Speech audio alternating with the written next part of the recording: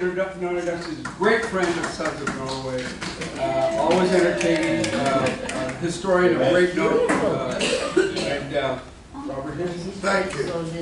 It's a great honor, great privilege to be here amongst all of you. I was really honored when Mike needed somebody. I said, I got a good program for y'all. You know, we all like royalty, whether we like it or not. You know that we do. Americans fought a revolution against the British aristocracy, and we've been somehow in 1800, we never could shake the shackles of the British monarchy. Look at us today.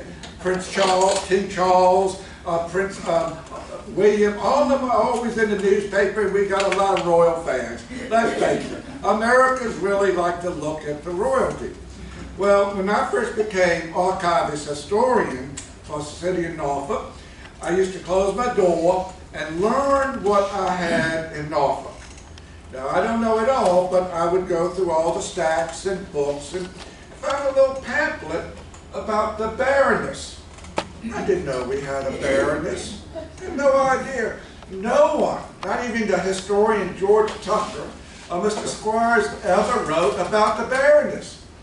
And I got into reading about this little pamphlet and what she did. She died in 1907. And it was really a fascinating life. And if you go back around 1890, it was a class system. And every little girl always had paper dolls. I bet you had paper dolls, always come on out. Well, around the turn of the century, they had royalty. And every little girl would think about marrying her prince. And they, especially the German royal family, the Hohenzollern, they really put out that name. The Kaiser, his brother. Okay, you get all this.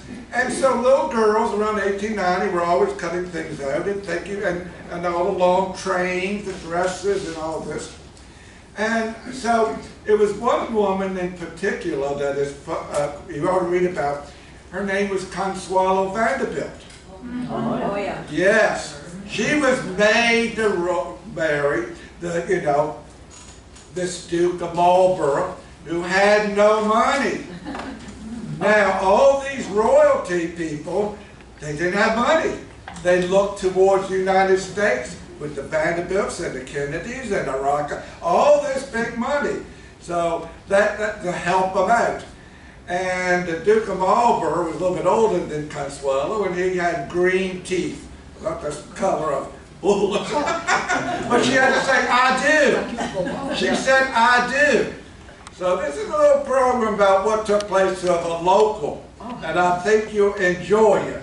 A Norfolk girl who made good, and all she did was say, I do. Now, George Washington, great-grandfather in England, Northampton County, he's looked at a widow, and he said, I like her. She has all this land.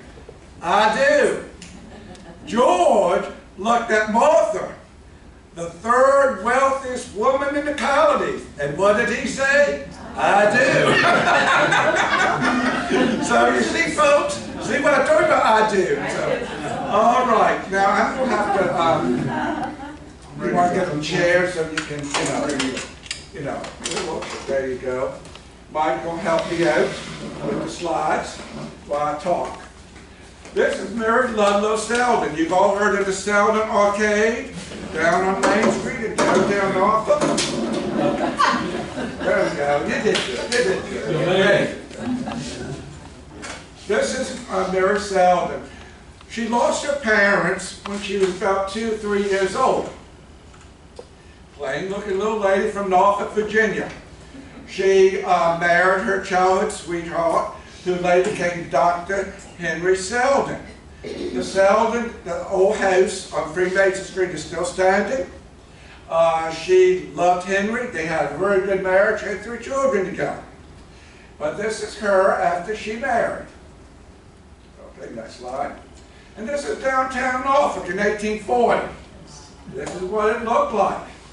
And you can see Ghent wasn't even formed then, but this is what it was in 1840 when she sort of grew up in Norfolk. And it was very swampy. And I did an article on Back Creek, which they filled in, and that was quite it. Santa Ana was in Norfolk, by the way, folks. Santa Ana, New Mexico, he was bad dude. He was bad dude. And guess this thing, we're going to burn the Norfolk down where he was. They had to sneak him out. So he was here. Okay, next slide. But this is the map of what she looked. And this is a typical scene in Norfolk, Virginia, 1840.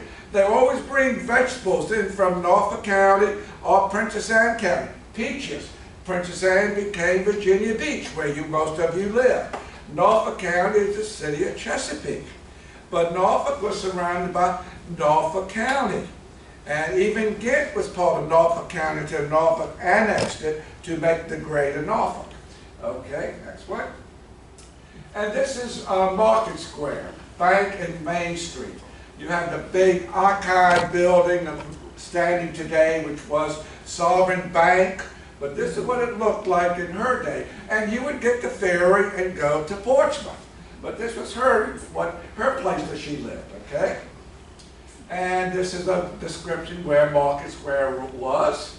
And if you go down there, it's all gone, all that's cleaned out. Okay, next one. And this is the view of Norfolk from Portsmouth. This was one of the oldest lithographs of, looking from Portsmouth to Norfolk. And if you notice, you see that dome? That's the MacArthur Memorial. That was our courthouse. And if you notice that dome, think of Washington, D.C., because Mr. Walters did copied it. He was the architect working on the Washington, D.C. Capitol, and he brought his plans to the MacArthur Memorial. So if you ever go down to look at that building, it's the same architect. So didn't know that, did you? But anyway, that's what we have in downtown. Next one. This is their marriage license in 1848. In those days, it was a marriage bond. And you would have your friend stand up. She's above 21 years old. And if you can read the fine handwriting, it says, if by any means that this document is untrue, you will have to pay the governor of Virginia $350. Why did they do that? Bigamy. They had to, because you never knew when some handsome man come around, I do, and next thing you know, he's been married once or twice. And then now you're going to have to cough up. So that was a little clause in the marriage bond. The marriage license, as we know today, came about in 1860. Okay. All right, this is Dr. Henry Selden, nice young man. Now, he died of the yellow fever epidemic in 1855. The yellow fever was brought on by a ship called the Ben Franklin. It had been over where Old Dominion is a street called, I think of it in a minute, but anyway, everything had to stop. It stopped there because they had to inspect the ships. Because when a ship came from Caribbean, you don't know what kind of disease it was going to bring. And so they would have to check the bows. And, well, anyway, Quarantine Road. Quarantine is still there. And they would stop all the ships by Old Dominion University. Quarantine is still there. And they would inspect it. But somehow they missed it. And the ship came up to Norfolk.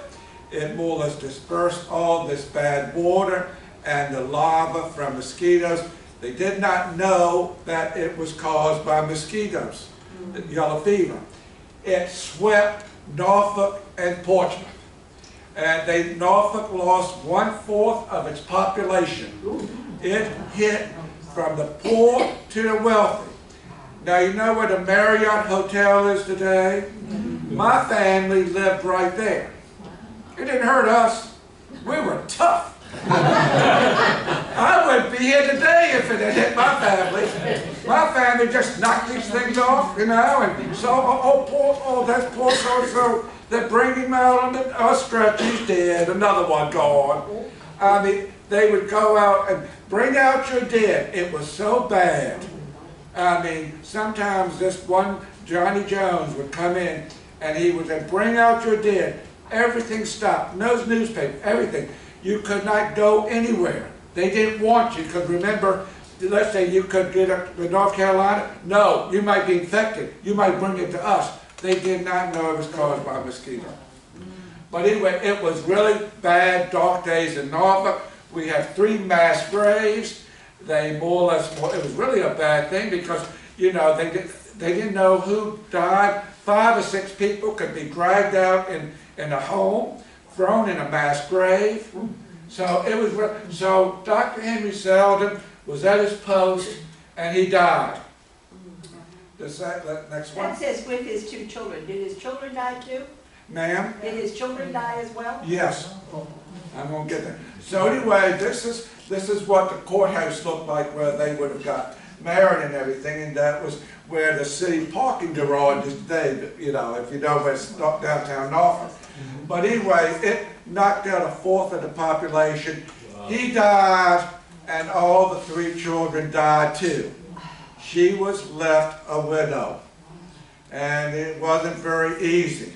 Although she had money, her husband was well-to-do. The Seldens invested heavily in downtown Norfolk and property. Next one.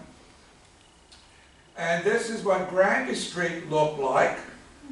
And where City Hall is and Granby Street, we had a little bridge. And this little girl, she would crab and skip stones around, she and Henry. And who would ever think that, you know, that would be, you know, a big body of water. And I can remember at Kern Library, they have pumps at the end of City Hall Avenue. And somebody didn't show up with a job, and we had a bad rainstorm. It was bad. And the water came up to the steps of, you know, Kern Library. And I saw automobiles stalled. Next thing, they got a hold of a man. He went there, he was a pump man or whatever. And next thing, he got his levers going, and you saw all this water being sucked back to the, you know, ocean, the river, because we're lowland. We're lowland. So, okay? And this is a color picture of the bridge at City Hall, and everything's been filled in. And everybody talks about, they always talk about, you know, flooding. Well, we've been flooding since 1630. And my grandfather used to always say, and I never could understand him, you know, because I'm about 5 or 6 years old, he used to always say, after heavy rain, little flood, he said, you know, if they left Norfolk alone, we could have been another Venice. And you stop and think we could have. Yeah. I mean, really, with the body of water. And as a little, I didn't know what Venice was. But anyway, I can understand. But you saw, left them alone, we could have had another Venice. Okay.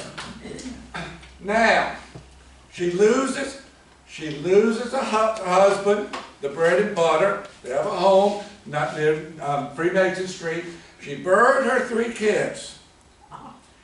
Then the Union troops marched in. Norfolk was a Confederate city. Virginia was a Confederate. We seceded from the Union. And there was die-hard rural people that were Confederates here. She was one of them. They marched in 6,000 troops.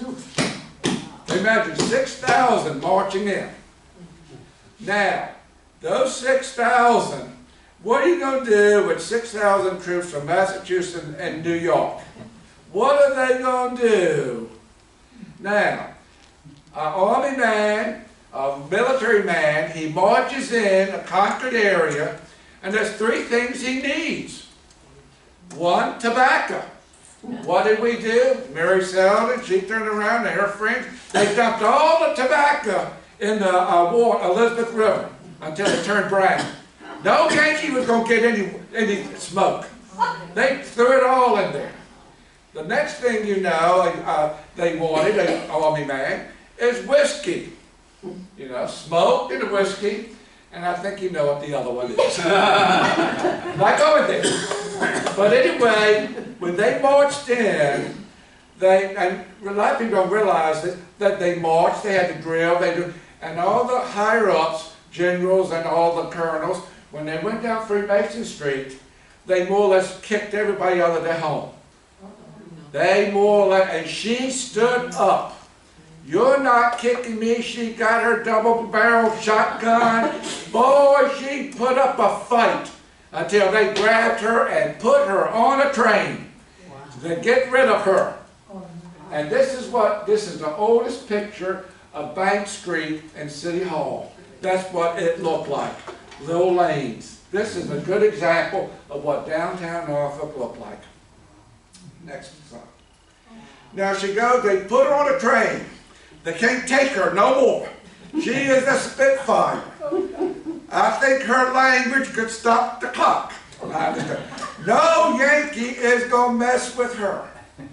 And they put her on a train, got rid of, that's what they used to do to some women. They put them on the train, get rid of them. She goes up to Washington, D.C. She has a good friend who is the director of the Smithsonian Institute, Joseph Henry. She goes up there, no family, but that's her friend. He more or less provides that she can live at his home along with a lot of refugees from Norfolk. So she's up there in Washington, D.C. Next slide. And then she meets one of her colleagues, her husband's colleague, Dr. William Solokoff of Baltimore, Maryland. Now, when I was doing this, I did not know much about Maryland, but they have a lot of wealthy people like the Rockefellers in Maryland. One was Rheingold. And the Rheingold is a very wealthy family, so like the Kennedys and Rockefellers in Maryland. His mother was a Rheingold. His family came from Europe. Zolikoff is Swiss and German. So anyway, he meets her at the, with the director of the Smithsonian. They know each other because he was a colleague with her husband. And so he has lost his wife and two of his children. He's a widower. He's lonely. Next one. So anyway, they get married in Baltimore in 1866, and he decides it's time to go back home to Europe to see the family. Now, she's never been to Europe. He says, I have family up there, but he was very vague about it. So he has an uncle who's blind called, Henry Zolikoff. And Henry is a baron also, and he is living at Hampton Court. Now, Queen Victoria, who's reigning, she puts her favorite relatives in Hampton Court. And that old Henry, the baron, is also an uncle of hers. He did not tell his wife. So they go off to Hampton Court.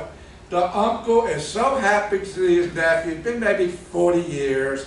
And so they're having a wonderful reunion when next thing the footman comes in. Her Majesty the Queen Victoria. She doesn't know what to do. And Queen Victoria, oh, my little cousin, Oh, and there's a reunion, and Mary Ludlow Selden, she curtsies, and here she is having tea with the Queen of England. And she says, why didn't you tell me? He said, I thought I did. So here she is, meeting the Queen of England, Henry, who's blind, also is a relative of Queen Victoria, and it's that's one big happy family. Now see what I said? I do. That can happen to you. Next one. And then she meets two wonderful people. The home of Duke and Duchess of Devonshire. Now, I don't know if you've ever been there. I've never been there, but I know about the Duke and Duchess of Devonshire. They're big money people. They got a long history. Now, in 1928, somebody married into the family. And you don't know who this is. I think his name was the sister of Fred Astaire. You know Fred Astaire? Mm-hmm. Oh, yeah. Oh, you know, yeah. So Adele Astaire had a chance and met the youngest son of the Duke and Duchess of Devonshire. And she says, I do. Look at where she's living. And she's quit. She was the partner of Fred Astaire. She quit the business, and that's when Ginger Rogers got in. Can you believe that? Ginger Rogers, because she got married and married royalty. Wow. Now, there's something else in this story. The Duke and Duchess of Devonshire, the family, they always loved unusual, nice people. Guess who else married into that family during World War II? Her name was Patricia Kennedy, the sister of President Kennedy. Old man Kennedy was furious. He was an Irishman. He disapproved of the marriage. Why would my daughter, Catholic, give up the Catholic faith and marry the, oh, he wouldn't have anything to do with it. And they were both killed in an airplane accident.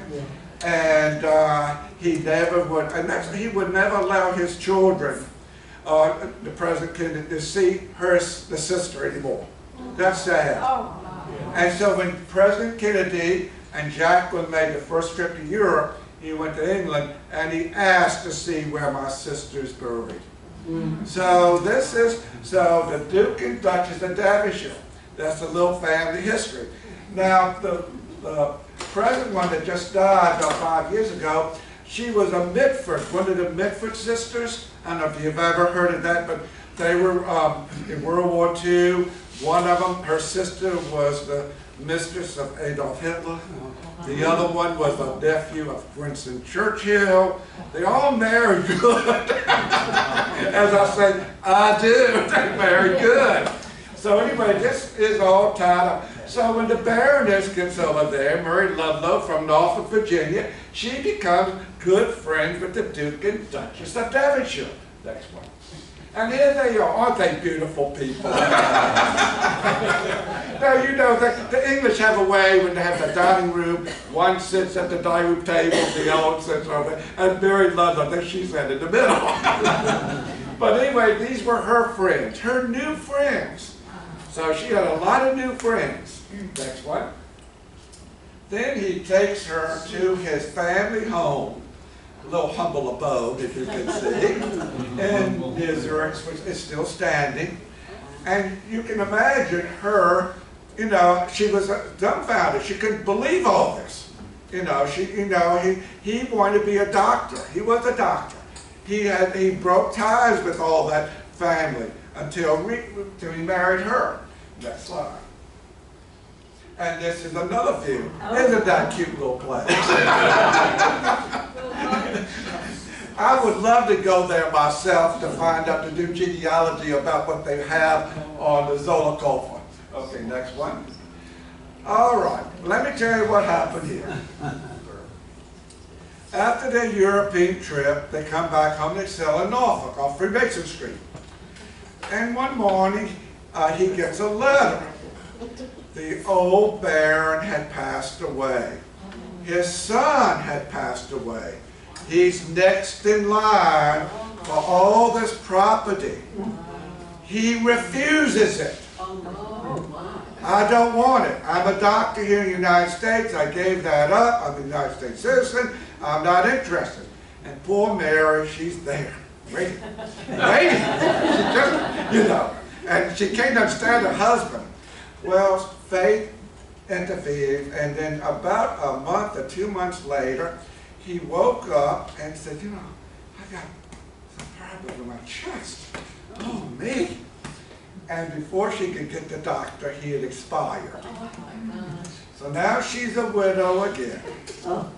But then she finds that letter that he was getting ready to sign, and then she becomes the Baroness. And all the wealth falls on her from Norfolk, Virginia. So the first thing she does, she says goodbye to everybody in Norfolk, never comes back again, and so she got this vast estate, and they have to pay her because she'd married to the Baron.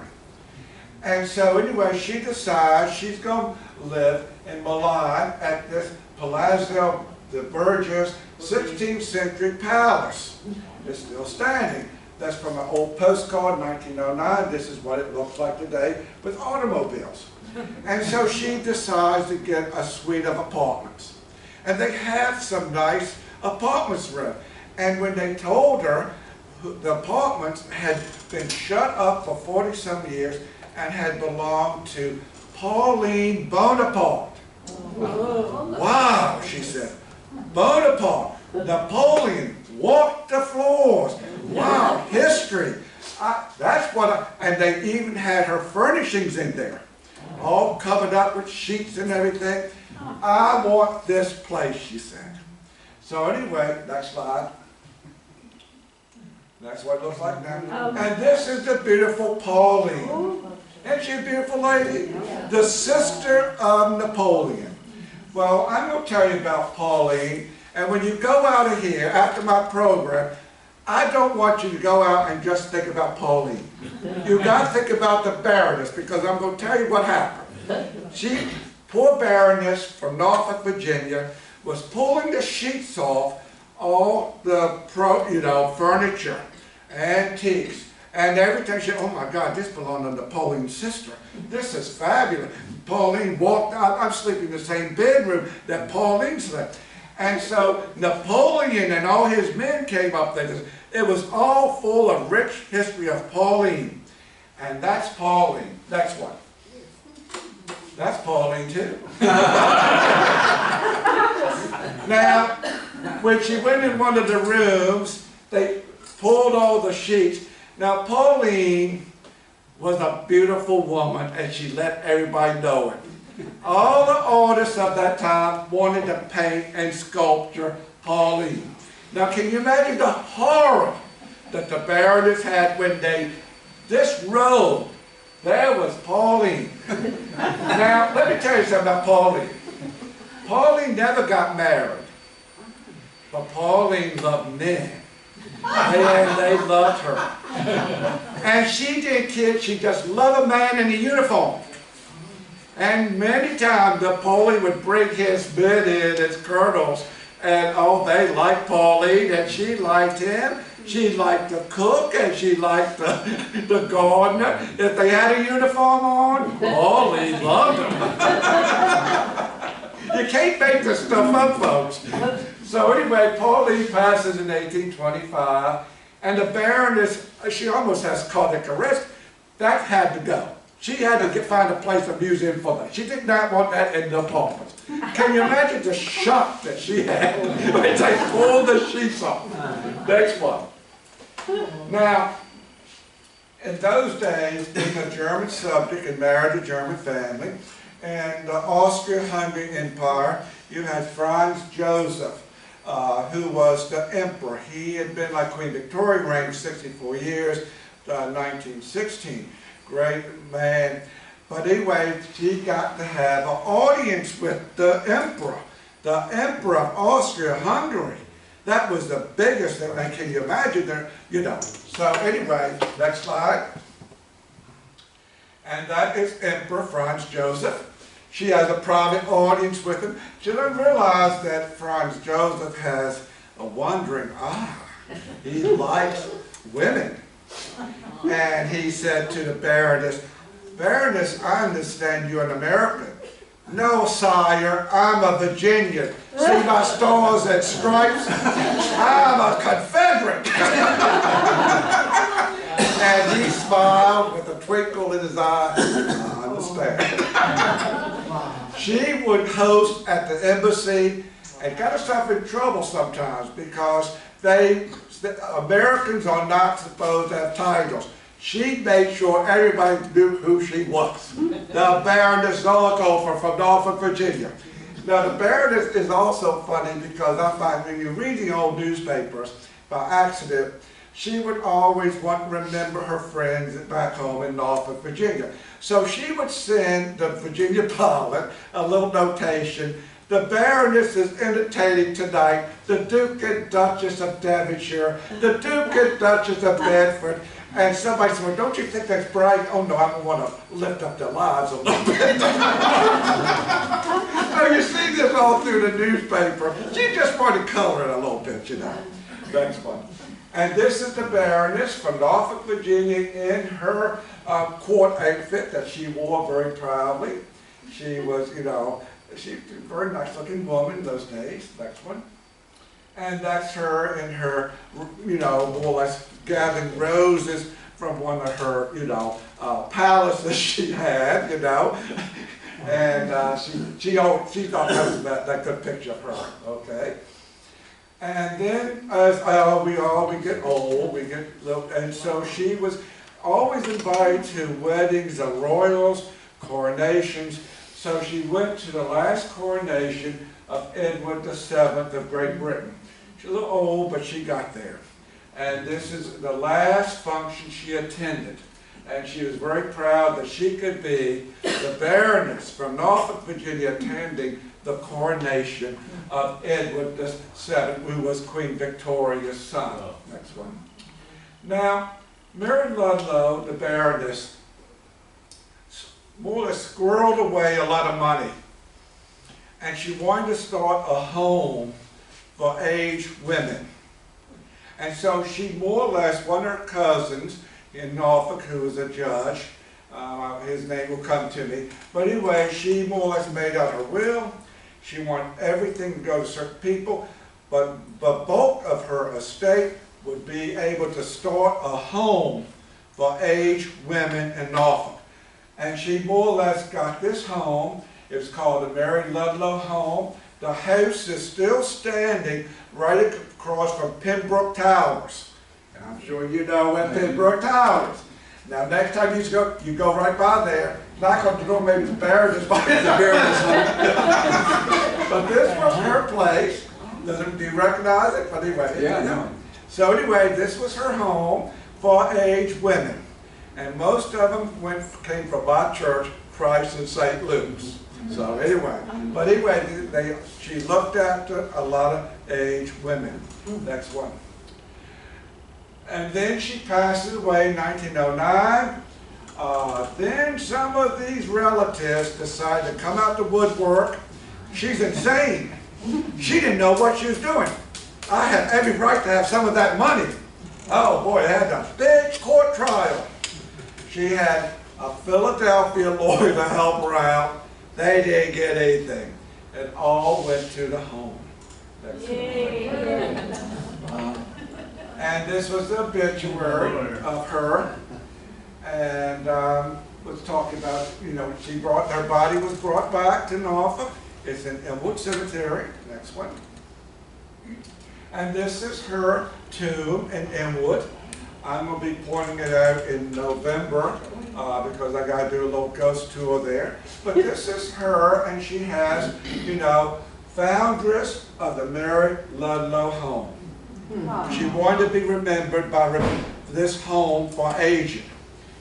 Okay. Now, in 1963, the home closed. Had all this money, and was turned over to Norfolk for scholarships. People could apply things.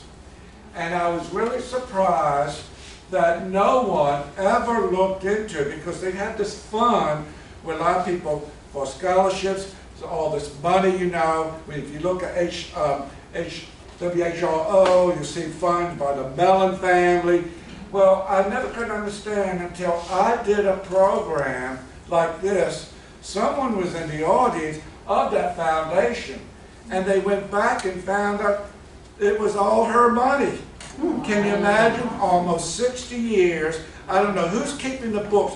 Looks like if you saw something like Baroness Zolokov for $6 million, you have wondered, who was she?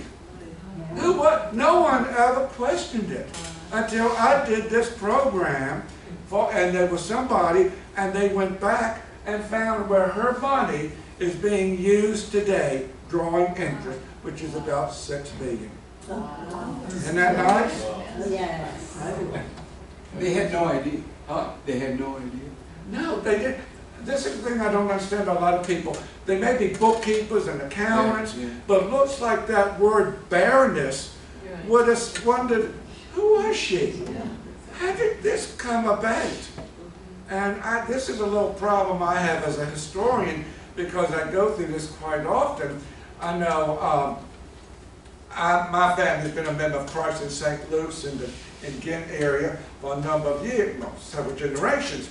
And we have a flask that was given to our church in 1760 by a man named Christopher Perkins. Well, they opened up the vault for me to get something, and I saw this, and I said, I wonder who Christopher Perkins was. No one, 1760, and it was in memory of his wife Elizabeth, who died in, I think, 1763, something like that. He more or less gave that to the church, the borough church. We have it, pure silver, stands up. And no one ever looked who was Christopher Perkins. I got nosy. A good historian, you've got to be nosy. Come to find out, he was a mayor of Norfolk twice, and is buried in England in his parish, cemetery of St. Mary's outside of London.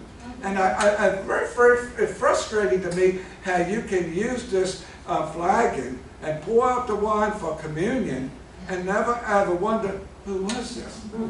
I mean, that's just me. And so the same thing was with the Baroness and all her money, until I wrote the article, did the program, and then you put two and two together. Oh, we have her money. That's one. And so this is her husband's coat of arms. This is all at the end of my program. I hope you enjoyed it. Local girl makes good. All she did was, thank you.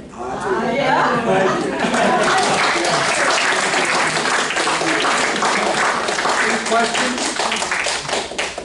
Oh, this is just fantastic, as always. Thank you so much. Thank you.